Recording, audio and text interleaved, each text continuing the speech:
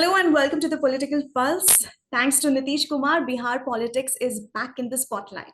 He resigned as the Chief Minister of Bihar and broke ties with the BJP. Mahagathbandhan is now going to make a comeback, and Nitish Kumar is expected to, or by the time this video is out, he will be sworn in as the Chief Minister for the 8th time today. Now, after this big political development in Bihar, we look at some of the questions like, firstly, why did JDU Chief Nitish Kumar walk out of NDA? The second question is, will this be a setback for the BJP? And the third question is, how is this alliance going to be any different from the Grand Alliance 2015? So to answer all these questions, I have with me today Santosh Singh, Senior Assistant Editor from Bihar. Welcome to the show, sir. Thank you, Charu. So you have been covering this whole development since yesterday, and quite a number of articles you have published. And in the Political Pulse section, we have seen that you have written a couple of articles talking about Nitish Kumar specifically, and also what it means to the Bihar politics, actually. So, before we dive into our first question, why Nitish broke up with BJP, let's first understand from you. This is not the first time that Nitish has switched sides, and his critics call him Thali ka Bangan. Kabhi idhar, kabhi udhar, a person who switches sides all the time. Now, is this a flip-flop again? And can you also take us through the flip-flops by Nitish Kumar in his political career? Of course, yes. For that, we have to go back to the 90s. Nitish Kumar started as close aide of Lalu Prasad. There was a time when he used to write press releases for Lalu Prasad, and then he emerged as the number 2 Chanakya. Of course, he didn't stay in state politics when Lalu Prasad became Chief Minister in 1990, but he had been in the thick of things. So the first flip-flop from the socialist camp, from Lalu camp, he walked out of Janata Dal in 1994, and with George Fernandez, of course, formed Samta Party. And after that, he contested election, 1995. Then he had thought that if he could work on non-Yadav OBC, he could get substantial votes, but he was proven wrong. Samta Party got only 7 seats in 1995 election. Lalu Prasad again got comfortable majority, came to power. So long Bihar politics was triangular. It was very difficult for Nitish to make his place in state politics. So you remember that 1995 BJP meet in Mumbai when L.K. Advani introduced him to his leaders, and he came to NDA. And ever since his graph, his political stock only kept rising. He became Union Railway Minister under Ravi Bajpayee. Before that, he becomes had Agriculture Minister, other portfolio, but he kept rising. And in 2000, he fancied his chance to become Chief Minister, and despite NDA didn't have the number, he became Chief Minister but could not prove his majority. Rabdi Devi came back to power. And then he had to wait. It was only during the second 2005 election, 2005 had 2 assembly elections, and between there was president's rule. Then Arun Jaitley, the late Arun Jaitley, then he had thought of projecting a face. That face was Nitish Kumar. That was the time Nitish Kumar became the NDA leader, and all other compatriots, including Sushil Kumar, took back stage, and they had to play second fiddle to Nitish Kumar, because he had already become Chief Minister in 2000. So that his line was bigger than that of any BJP leader. And since 2005, it was a great social combination, which Arun Jaitley used to call coalition of social extremes, meaning thereby it is a coalition in which upper caste, Dalits, OBC, ABC vote together for one combination, that is NDA. So there has been smooth sailing since 2005 till 2012. Why I'm saying 2012? He issued a statement: if any NDA PM candidates would have clean and secular image. That was an obvious dig to then Gujarat Chief Minister, now Prime Minister Narendra Modi. So he just wanted to demarcate a line. At that time, he was not very comfortable with Narendra Modi. And in June 2013, he parted ways with NDA. And 2014, he contested alone and he got only 2 seats. Then he realized, okay, my development phase alone cannot work. I need a social combination. Lalu Prasad alone has that social base. If I come together with Lalu Prasad, then it can convert into some good results. That precisely happened in 2015. 2015, with Congress, JDU and RJD, they got 178 seats out of 243 seats. And NDA, despite all the hullabaloo, despite all the ascendance of Narendra Modi at the central stage, all the high-pitched campaign in Bihar, got only 53 seats. Even they got good vote share, but it did not convert into results. And of course, after 20 months, there had been administrative hassles. There had been problems with transfers. And I think Lalu Prasad, I wrote in my book in Rule or Misrule that how Lalu Prasad tried to reach out to then Law Minister Arun Jaitley for some help. And that news came to Nitish Kumar. Then he got the alert and he tried to prepare a script to go back to NDA. And 2017 July, before that there was CBI raids, Lalu place, there was IRCTC case, and then he made a plank of corruption. That was I wrote that he kept juggling between two C's, communalism and corruption. He took the help of the second C. Now that after 5 years, till 2019, everything was fine. He had got only 2 seats in 2014, yet NDA gave him 17 seats to contest from in 2019. And he won 16 out of 17, BJP 17 out of 17, and NDA together 39 out of 40. That was the best ever NDA. So NDA cannot ask for more. But since 2020, there had been discomfort. Even though BJP gave him the equal number of seats, there was Chirag model, which L. Singh talked about. Chirag model of conspiracy. When Chirag came to Modi. He fielded his candidates against Nitish's candidates at every place. His party could win only 1 seat. That too, that MLA has now gone to JDU only. But he damaged JDU greatly. From number 1 party in 2010, JDU was reduced to number 3 party. But one thing was common. In all 3 combinations in position of JDU in 1, 2, 3, Nitish Kumar was the constant factor. He was the chief minister. Right. So he ran supreme. So this is the story of flip-flop. Now your second question, why he came? Why? Because he wants to prolong longevity of JDU. Okay, besides the flip-flop, let us not get so flippant about it, because in politics, nothing is flip-flop. Everything does his or her politics. He wants Survival to of the prolong. fittest. Yeah, obviously, he wants to prolong longevity of JDU's socialist politics, for that matter, beyond his political career.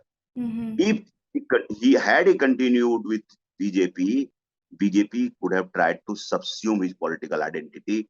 What Tejashwi said yesterday, wherever BJP had its ally, right from Punjab to Maharashtra to Bihar, they tried to cobble up their alliance partners. Right. So that is what they just said, we want to thwart the design. And of course, the subtext or the bigger text is the great national ambition Nitish Kumar has been nursing all these years. He again wants to be nucleus of anti-Narendra Modi politics. Who knows, 2002 Corbattle could not be that easy. We know it's a fragmented opposition. Congress is still lackluster. So all these things are happening, but with national ambition, longevity of JDU, and he wants to transfer the socialist legacy to Lalu Prasad, his son, his Bhatija, not to BJP. Not to BJP. He said माहौल खराब करने की ये लोग कोशिश कर रहे हैं. So he hinting at overdose of patriotism, Hindutva, So Love jihad also. There were many issues that they he also didn't talked blame about. love jihad and all, but he Caste census and can you also yeah, yeah. can you also uh, talk to us about certain issues that Nitish Kumar had with the BJP, like BJP stand, like on caste census, right? And also unemployment. There were massive protests in Bihar that we saw very recently. So can you also talk to us about that? Yes, two, three factors. So one constant factor was the special category, constant demand for special category status for Bihar, and constant denial from the center. Right. And of course, Narendra Modi had announced that package, but that was not the special category status. Second thing, little things, Nitish Kumar had wanted central university status for Patna University when PM came visiting here. That was also not given. And of course, the caste census. Caste census is the only thing which binds socialist parties together. That is the only political plank they have now. That's why Nitish Kumar led all 10 Bihar party delegation, including, interestingly, BJP was also part of that, to Narendra Modi last year to meet Narendra Modi. Nothing came out of it. Then he decided that, okay, Bihar would have its own caste census as Telangana did. So they are having it. That process continued. And also deferred on the population control. Nitish Kumar talked about the awareness, sorry, among current children. And Dr. Sanjay Deswal of BJP said, no, let there be some incentives. So there had been differences, but there is no immediate trigger. But if you see in largest perspective, he thought, if I have to do something, do this in 2014, why wait for that? So he just rebooted his politics and said, okay, let us do in 2022 only, and so that he can plan accordingly. Now he has given a template for the national, all seven parties in Grand Alliance. He has given a template to the center. One story we would pursue today. It's a combination in which there is a left, there is a Congress, there are socialist party, RJD and JDU. So this is what Nitish Kumar has a big plan. And who knows, in a matter of 2 years or 3 years, there could be power transfer to Tejashwi. It is just a matter of time. Nitish Kumar is the one person constant in this whole thing. Alliances have changed, governments have been formed, but one thing that remains constant is Nitish Kumar ji.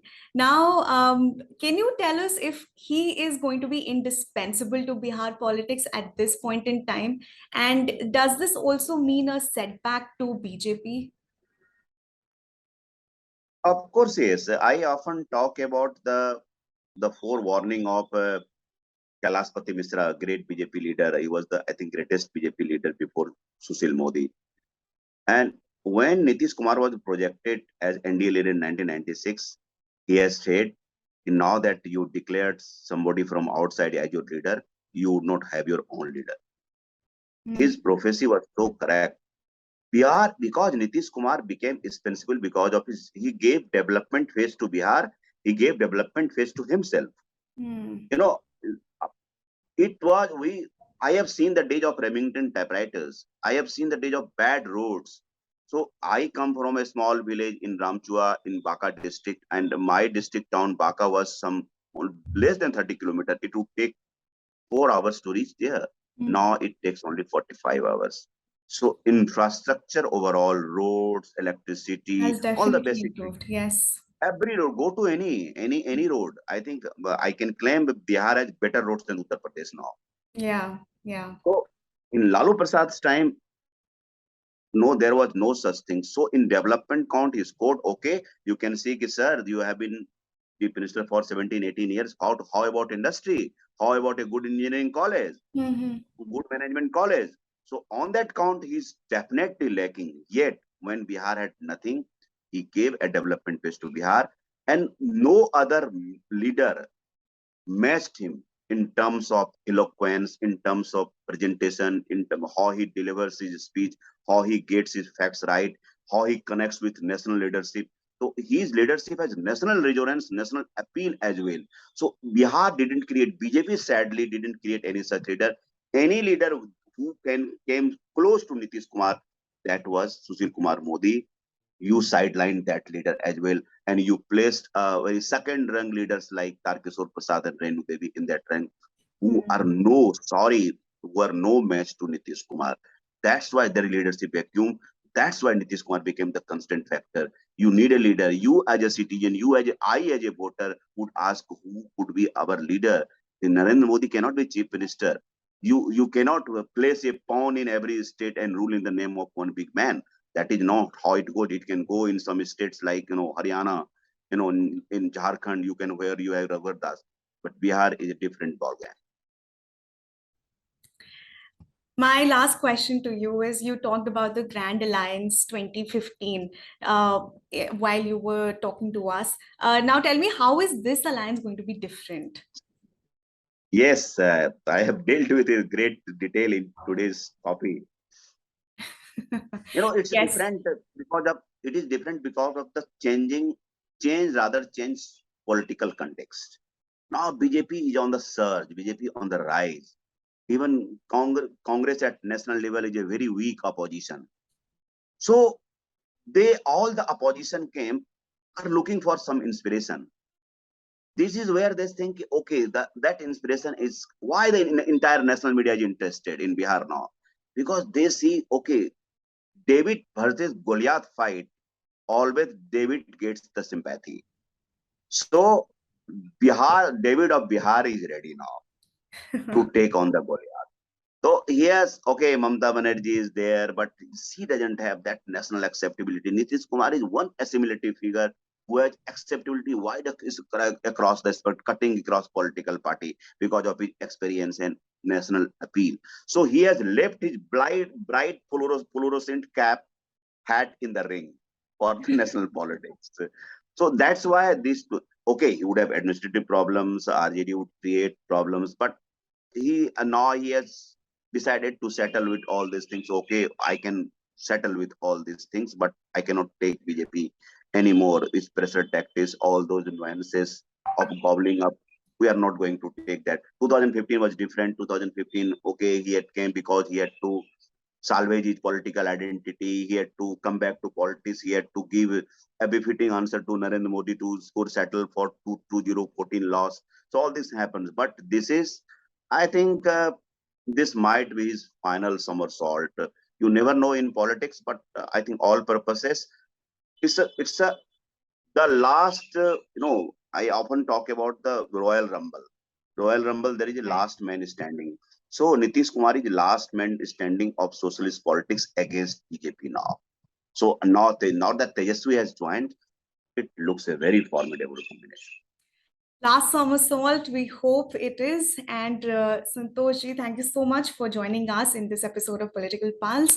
If you want to read more about what is happening in Bihar right now, you can read our articles in Political Pulse section only on our website, indianexpress.com. For now, don't forget to like and subscribe to our channel, The Indian Express. Thank you so much for joining us.